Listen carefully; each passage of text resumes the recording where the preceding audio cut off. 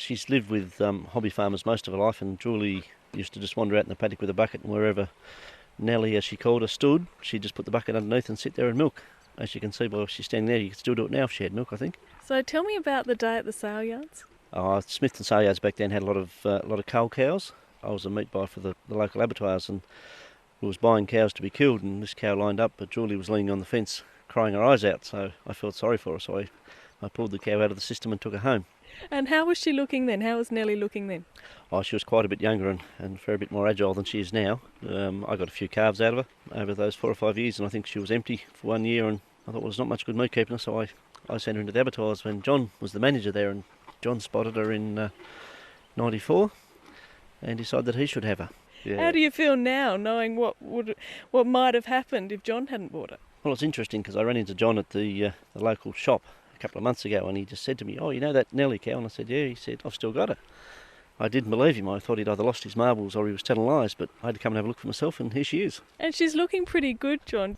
What's she munching on? She's munching on some oyster plant, which is one of her favourite foods. Tell me about the day at the abattoir then when Crichton brought her in.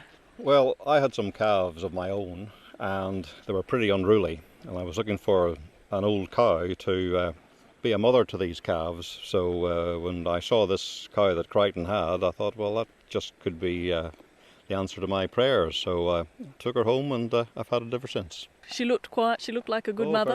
Very quiet, yes, and did control the calves. When I called her, she came, and the calves followed her. And have you had some calves out of her since then? I've had a couple of calves, but not for a very long time. And what sort of life does she lead? She leads a very quiet, peaceful life here. She has 3 or 4 acres to sort of play about in, and she just eats grass and sits under the trees and sleeps. And she's happy by herself in the paddock? Very happy by herself, yes. Occasionally there's another herd of cows come in the paddock next door, but she'll wander up and have a look and wander back and sit down.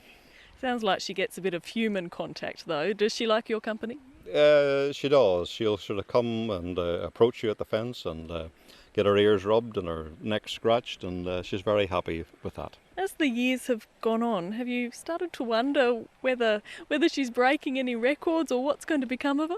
Well, every year's another year. I don't know what's going to become of her. She just can stay here as long as she exists. I have no plans to get rid of her or send her to the abattoir. She can just stay here till she dies.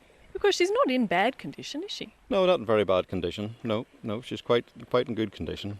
A bit of arthritis in the front legs, but that's about it. She's certainly got a good appetite. Oh, she knows where her mouth is. She's almost gone through this whole pile now. What is the state of her mouth like, John? Oh, like any old deer. Not a bar in her grate. I saw a little flash of white though. She might have 1 or 2 teeth. 1 or 2, but very well worn down.